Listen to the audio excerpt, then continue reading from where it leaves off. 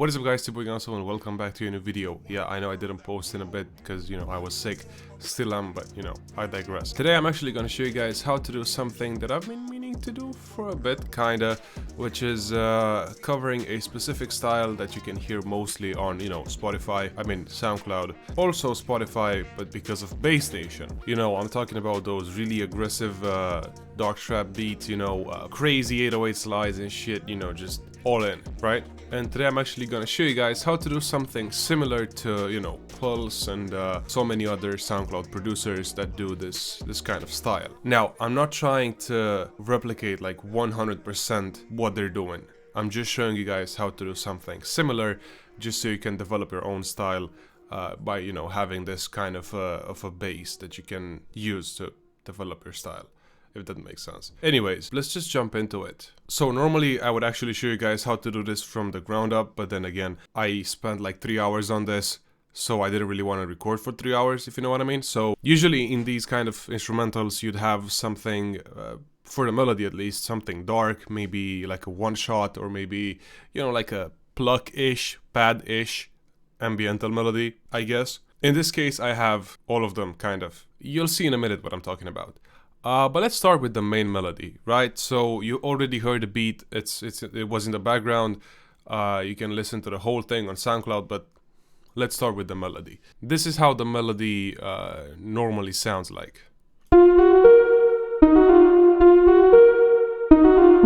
I don't know exactly what sound it is. It is a bit, like low-key detuned, but it sounds pretty cool. I had to pitch it down 4 semitones because it was a bit high, so pitched it down to A sharp major, I think. And then I added some effects to make it sound a bit better, I guess.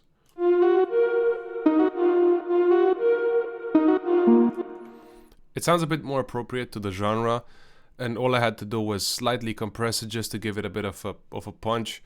I EQ'd it, the typical EQ, just get rid of the low frequencies just so they won't actually clash with the 808 and stuff. Then I added a kickstart just to make it a bit stuttery, kinda, a reverb to make it a bit more ambiental, and then a tape stop that comes in at one point during the beat. Then I stacked it with itself. Basically I stacked the same melody with itself but 1 octave higher, so it sounds like this.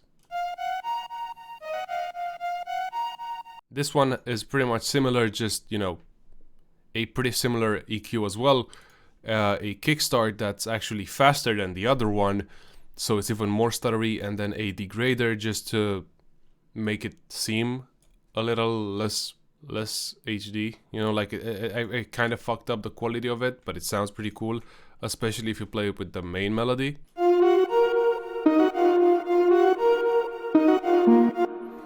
And I only use this as a variation method, I suppose, by having a second melody, even though it's the same thing, just, higher. Then I used a one shot that you can find in one of my drum kits, just to add some filler elements when it comes to the melody.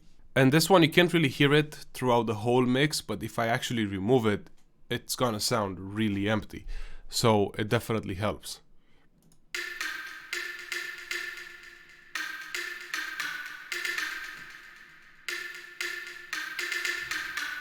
And it sounds a bit weird by itself, but then again, with everything going on, it sounds pretty good. And as for the second one shot, this one is once again more of a filler sound. You don't really get to hear it in the whole mix, but it acts kind of like a glue. It definitely helps the structure and everything.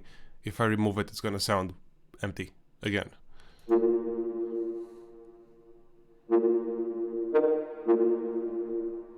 Pretty simple.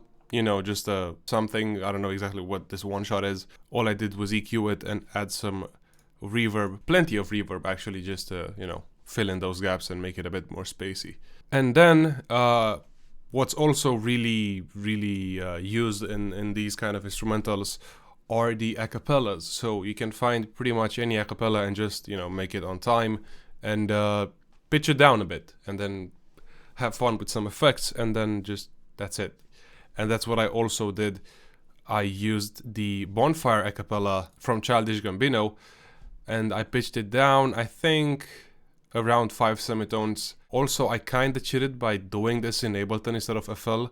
It is a lot easier to synchronize vocals in Ableton and synchronizing in general. So yeah, but you can definitely do this in FL. It just takes a little bit more time. Anyways, this is how the vocal sounds like.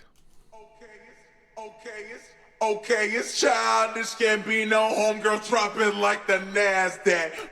You know it, we all know it. So basically what I did to it was, you know, EQ it, get rid of the lows, turn down some of the mids, slightly turned up some of the treble.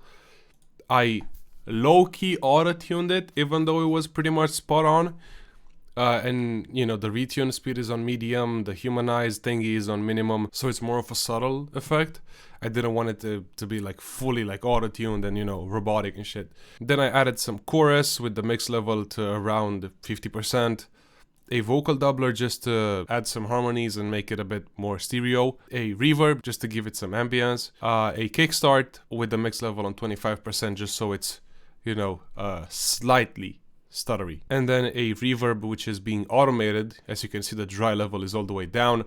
It's mostly for transitioning from no vocals to vocals and vice versa. And then a ozone imager to kinda keep everything in the middle so it's not out of phase. I'll probably make a video on phasing sometimes in the near future when I'll actually get to fully understand it and make sure that I know how to manage it. Until then, just try to keep your things, if you're using ozone, in this middle field. Otherwise it's gonna fuck up the whole mix. I'm saying this from personal experience. And that's pretty much it for the vocals. Now for the fun part, the drums. For the kicks, you know, I used a typical hard kick, although I did mix it a bit differently. And I also used a reversed kick. I covered this in a few videos. You can actually just look it up, Gunsoww reversed kick, and you'll find it. But yeah, this is how the main kick sounds like. As you can hear, it's not sounding like a normal, like this kind of kick, because I actually EQ'd it and I got rid of pretty much everything after the low mids. I wanted to be more subby and more punchy, but then you don't really get to hear it, you mostly feel it. And to counter this, so you can actually hear it, I stacked it with a stomp kick, which I removed the low frequencies from. So now you feel it, but you also hear it on a phone or, you know, on laptop speakers and, you know, in general shitty speakers compared to like actual producing headphones or good headphones. The actual fun part of the drums now is the 808. Now for Pulse's cases, I think he's using only one 808 for everything, as in one 808 for the normal notes, like the typical bass notes, and then the higher slidey notes, you know what I mean? But in this case I actually use two, just because I feel like I want to have more control over what I'm doing with them. This is how they actually sound like together.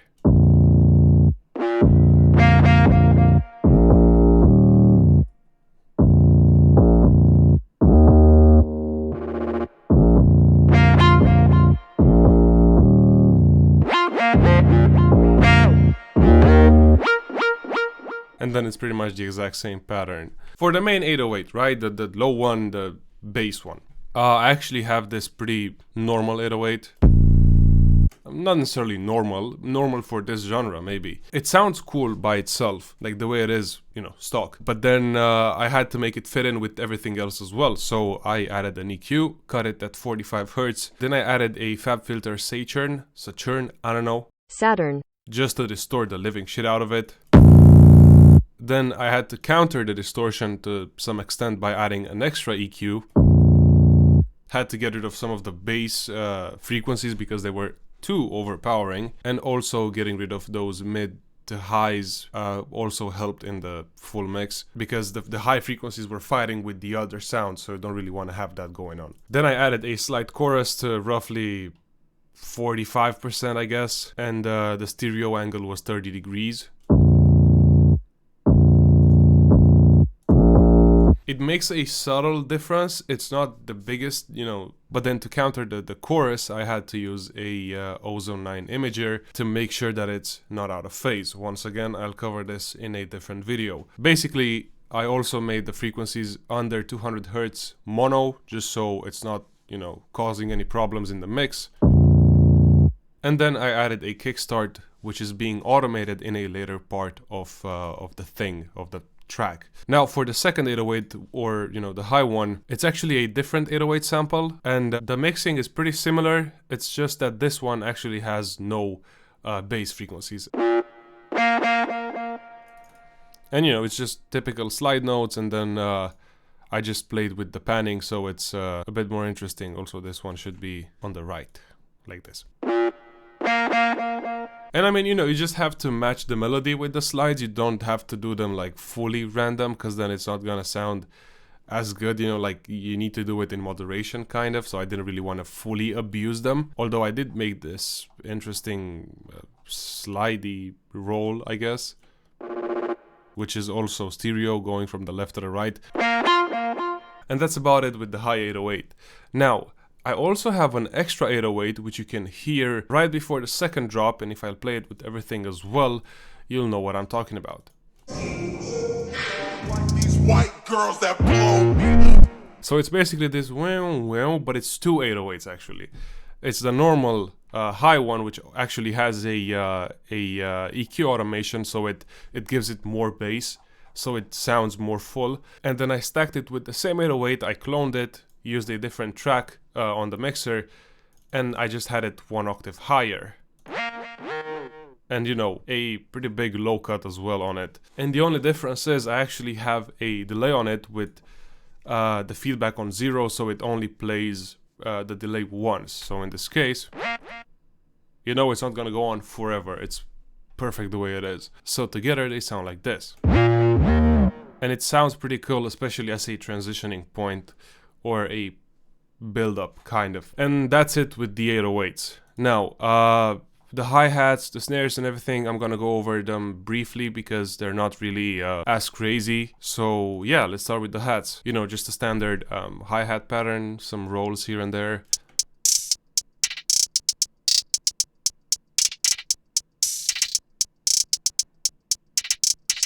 And I actually have two hi-hats. The second one is being pitched down 1 whole octave, just so I give it like a low hat kind of feeling. So, you know, it's a really good way of filling up some empty spaces by using a similar sound to a sound that you would normally be using like in the front, you know, like the main hi-hat pattern kind of. I don't know, but it makes sense. Then, you know, an open hat. And it's not being played too often, so it doesn't get repetitive. And as for the snares, I actually tried to replicate some of the snares that Pulse was using, so I kind of got 3 different sounds to make one.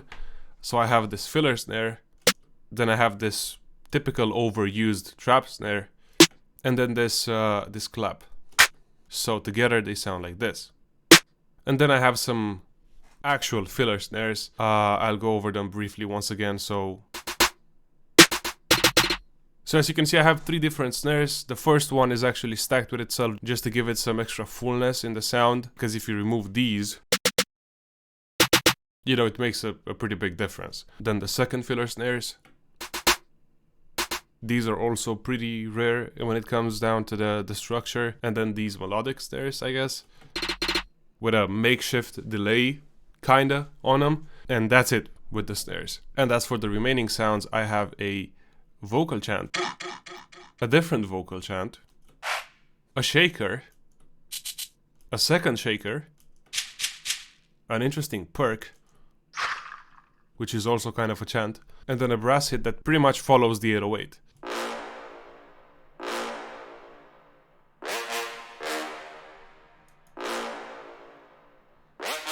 Another snare fill, then the same snare fill but 1 octave lower, an interesting drum fill, another hi-hat pattern that I made a while ago, and then some generic trap crashes. Also, I can't really forget about the night vision sound effect. And as for the intro, I have a real hi-hat loop. And this. Also this. Can't really go wrong with a USB as well. And then an actual acoustic fill.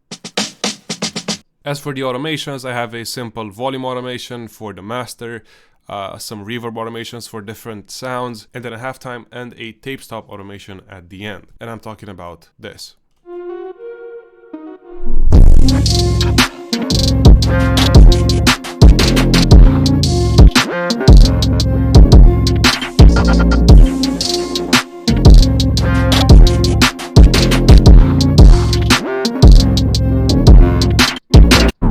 And that's it. This is how you make a beat in this SoundCloud style, I suppose. This new wave of beats. But that's about it with this video. I hope you guys enjoyed it. If you guys want to support me, you can cop all of my drum kits for 50% off. The coupon code is going to be applied automatically at checkout, so you don't have to type anything in. You just have to buy them. Also, if you guys want to be up to date with what I'm doing regarding music, my life, you can follow me on Instagram. That's where I post snippets. I ask you guys questions and stuff, so yeah, you can drop a follow and I would appreciate it. But yeah, it was your boy Gunsoww, and I'll see you guys in the next one. Peace.